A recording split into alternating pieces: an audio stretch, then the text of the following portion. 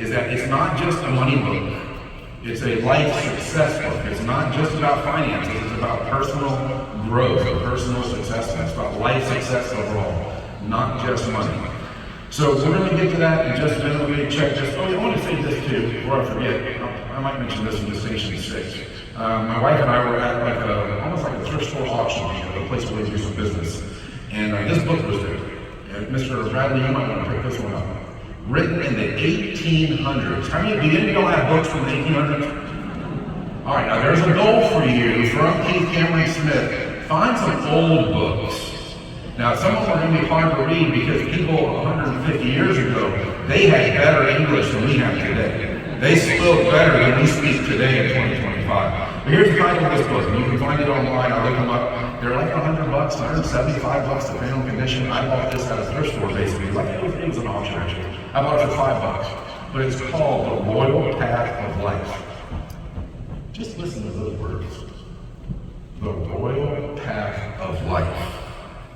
And I saw a couple of different titles or names in the front, so I don't know what the title was, but you can find it. Find it online if you're interested. But some of the old books are my favorite books. And that's one of the things that inspired me to write a book in the first place. I wrote this in 2005, 20 years ago. I just got another royalty check from this book a couple months ago. I've been getting royalty from this book for 20 years now. Something I did 20 years ago. I'm still making money right now. But what really makes me smile inside is when I think about and I wrote about this in the foreword or the preface, where's this book going to be 100 years from now? Because I think the things that I captured in here are timeless. I think it's going to be just as relevant another 20, 30 years from now as it is right now. So time will tell. But that makes me think, where is this going to be 100 years from now? It makes me smile. So, here's the story of the book, and then I'll do a real good overview of the book, and we'll end with some questions. Y'all know number one, right? Who can tell me what number one is? Asking questions, thank you. And millionaires asking empowering questions, middle class asking disempowering questions. But we're going to start at 10 and go down to number one. But I originally wrote this book for myself. It was around 2005, and I was experiencing some good success in my life. And I was like, what are the top 10 things that I have learned that I need to stay focused on? And I wrote this little outline. And I read over the outline, I was like, man, that's pretty good. I said, maybe I should write a book on this. And I thought, yeah, I'll do that. So I went to, my wife was gracious enough to give me the time, and I went to a little cabin in North Carolina, and in 7 days I wrote this book. Back in 2005, 7 days is all it took. And now I've taught it on stages in cities, almost every major city in the U.S.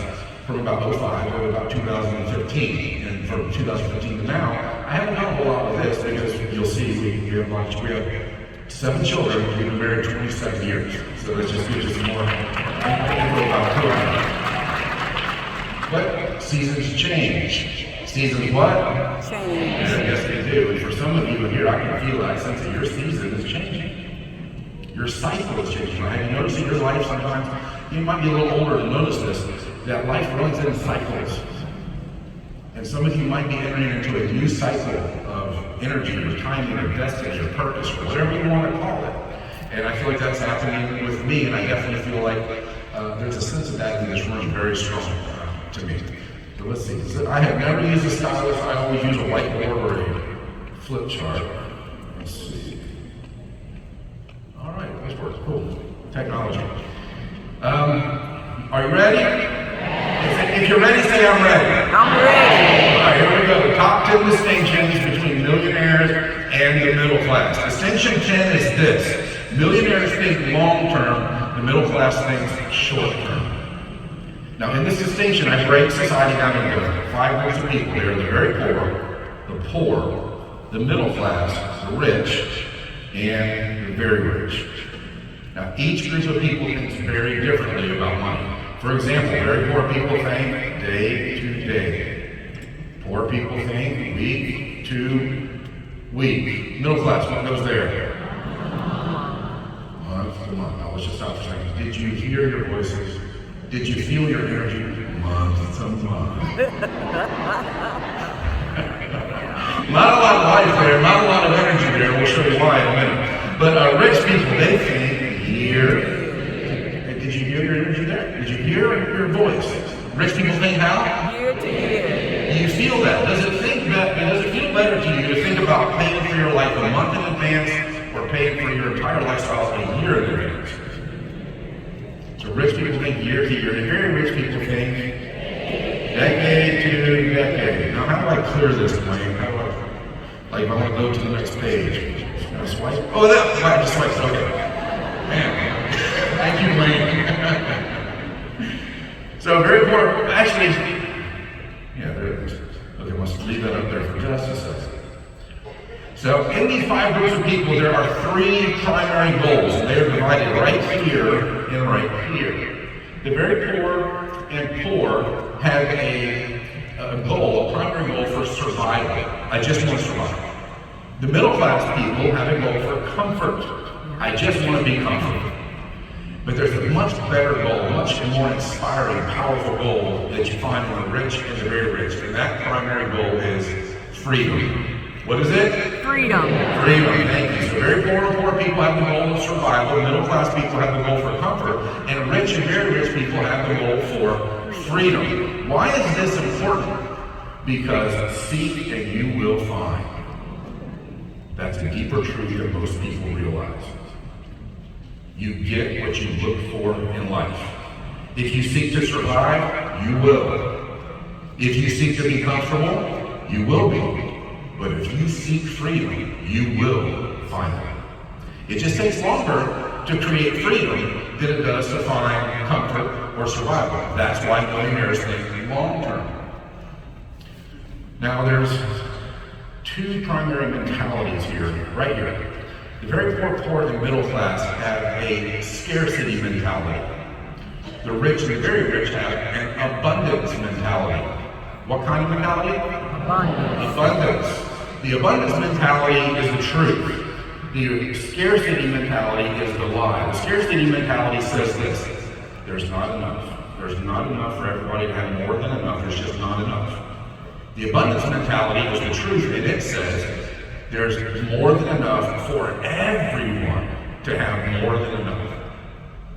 This system, this matrix that we live in, there's trillions and trillions and trillions of dollars that change hands daily.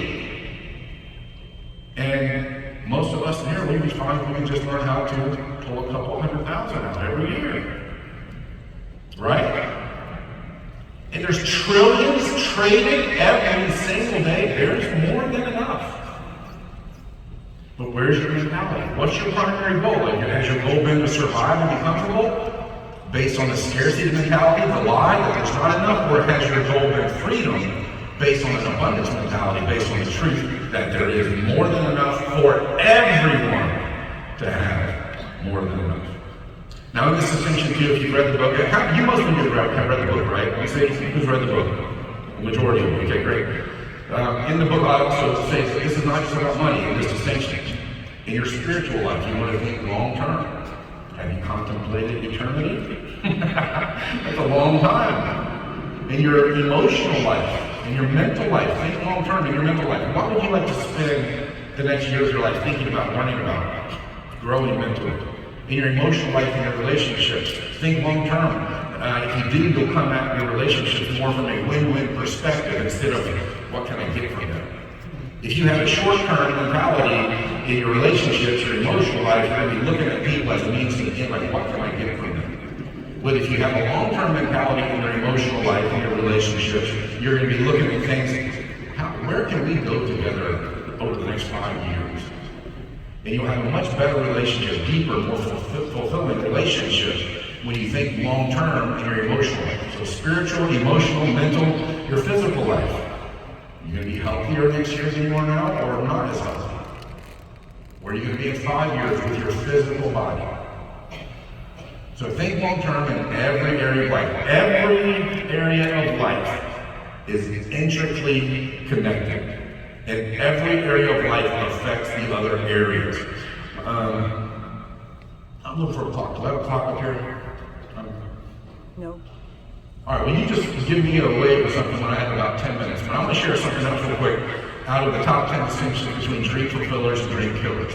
If you're willing to do an experiment with me, put your hand out in front of you. And let's go spiritual, emotional, mental, physical, financial. Okay, your index fingers, spiritual, emotional, mental, physical, financial. Now, notice how easily your thumb touches every one of those fingers. How much does your money affect every area of your life? Now, your thumb could be your spirit. How much does your spiritual life affect every area of your life? It could be your relationships, your emotional life. How much does your emotional life affect every area of your life? It could be your physical health. How much does your physical health affect every area of your life? Every area of life is intricately connected, and they all influence each other. So thinking long term is not just for your money and your financial goals, it's for every area of life. Every area of what? Life. Thank you. All right, number 9. Now we can scroll this. What's number 9? Somebody want to tell me? Millionaires talk about what? Thank you. Ideas. Versus the middle class talks about what? Things and people. Yeah, I'll put things in here. It's kind of weird writing on this. Things and people. So millionaires talk about ideas, the middle class talks about things and other people. Your tongue, according to the book of James, is like the rudder of a ship. It determines what direction you are headed in life. Out of the abundance of the heart, the mouth speaks. If I spent some time with you one-on-one and just listen to you talk for 5 or 10 minutes, I can get a really good picture, maybe a really accurate picture of where you're headed in life and where you might be in 5 or 10 years. Because of the words that you're speaking. Your words are like the rudder of a ship. So ideas are one of the most important assets in existence in the world. You say, well, it takes money to make money. Well, there is some truth to that, for sure. But a better belief is that it takes ideas to make money. Now, all of you are in a room right now because you are here following an idea of travel, an idea of sharing travel discounts and packages, an idea of financial freedom. And if you talk more about ideas that are inspirational, that's what millionaires do. Chances you put yourself on a more secure path or a more sure path of becoming more successful. Versus if you talk about things and you talk about people, you're probably going to stay at the same level. And please don't get offended with this, but some people stay at the same level of stupid for years. They stay at the same level of ignorance because they're always talking about things. They're always talking about people. They don't talk about any ideas on how they can improve their life and make their life better and make more money and get financially free.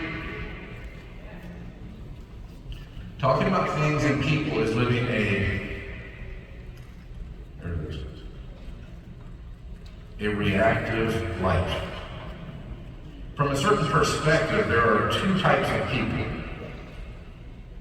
That is creative and reactive. Now, at the end, I'm going to go a little deeper into this. We'll talk about TWA, thoughts, words, and actions. As a man or woman thinks, what? So is he, so is she, so are they. As a man or woman thinks, so are they. Out of the abundance of the heart, the mouth speech, your tongue is like the rudder of a ship, your words. And then your actions. Your thoughts, words, and actions. That creates your experiences. That creates the life that you live. And if you know that, if you're conscious of it, and you practice holding good thoughts and speaking good words and taking good actions, you can and will create a good life. But if your thoughts are on what someone else wants you to think about, if you're talking about things and other people that someone else wants you to talk about, then you're going to find yourself falling in line and doing what other people want you to do with your time and your energy and your money. And that's a much more reactive life. So from one point of view, there's 2 types of people, creative and reactive. From another point of view, there's only one type of person. And that's creative. Because everyone is creating their life, whether they are conscious of it or not, through the thoughts they think, the words they speak, and the actions that they take. That was number 9. I'm going to cruise through these because I want to spend a little more time on number 1. Number 8. Y'all remember? That's awesome. Millionaires embrace this. What is it? Change. Okay, here's the question. Do people like change? No. Okay, here's another question. Do people like positive change? Yes. Okay, so why did you say no the first time? Because it's seen it as negative. Because most people assume that change is going to be negative. Yeah. When change is happening to you, it's too soon to worry. Wait to worry. Because the change that is happening to you could be for your good. Have you ever gone through something, you're like, oh, this is hard, I don't want to go through this is a bad change. But then after you went through it, like, oh wait, that was good for me. So people, you think people don't like change because they assume it's going to be negative. It's always, and I don't use many extremes in my conversations in my life, but in this one I do. It's always a mistake to assume the negative.